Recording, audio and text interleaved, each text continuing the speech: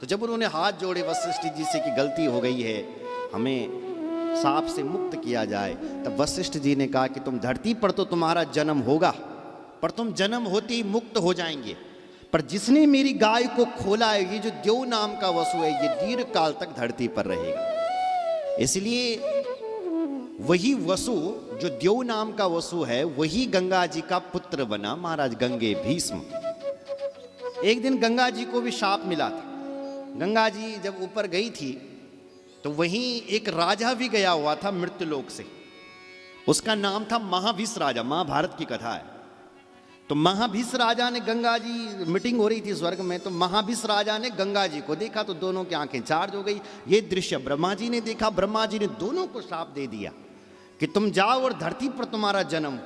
तो जो महाभिष राजा था वही प्रतीप राजा का पुत्र शांतनु बन करके आया, और जो गंगा जी थी वो तो साक्षात देवी के रूप। बोलो जय श्री राम।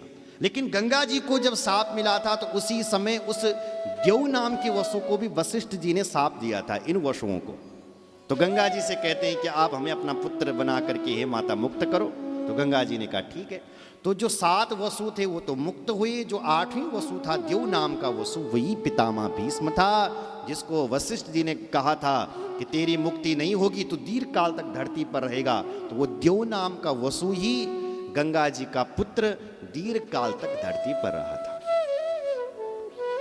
गंगा माता ने का जब विवाह शांतनु से हुआ तो उन्होंने शर्त लगाई थी कि मैं अच्छा करूं या बुरा करूं, तुम मुझे कभी रोकोगे नहीं। तो शांतनु महाराज ने कभी रोके नहीं। 7 पुत्र हुए।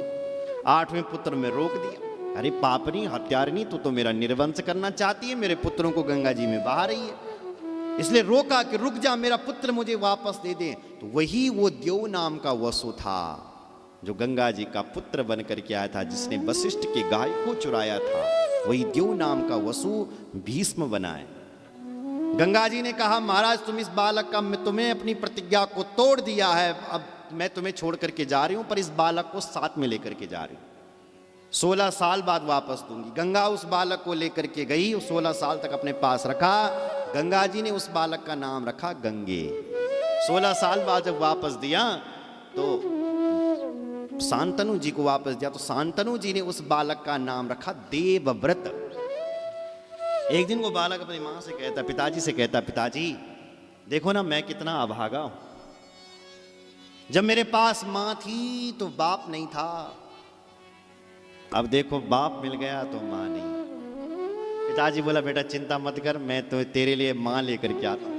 एक दिन पिताजी आखेट करने के लिए गए और रास्ता भूल गए, और भूलते भूलते कहां चले गए? जमुना जी के तट पर। जमुना जी के तट पर एक जमुना जल का पान कर रहे थे, उनको एक सुगंध दिखाई पड़ी।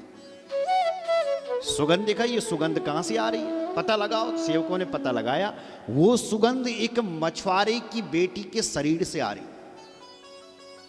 उसका नाम था मत्स्यगंधा। उसके शरीर से सुगंध आ रही थी, सुगंधा उसका नाम था।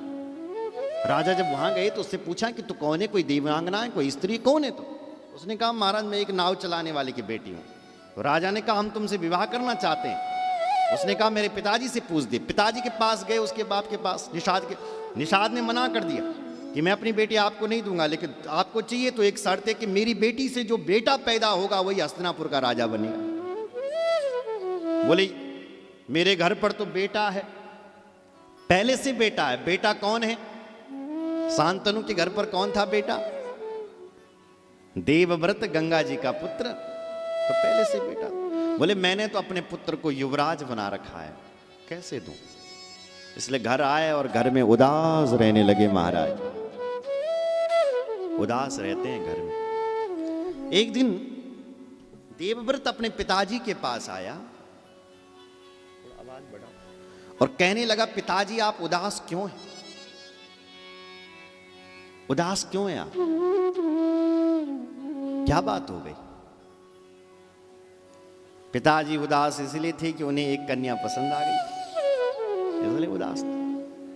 बेटा पूछता है बोले पिताजी उदास क्यों हैं? पिताजी ने कहा बोले बेटा इसलिए उदास हूं कि तू अकेला भाई है, मैं सोच रहा हूं कहीं लड़ाई ना हो जाए और तू अकेला ना फंस जाए, इसलिए मैं उदास हूं कि मेरा एक ही बेटा है। बोले नहीं नहीं पिताजी इसलिए नहीं। कहो तुम्हारे चेहरे पर ये उदासी क्यों है?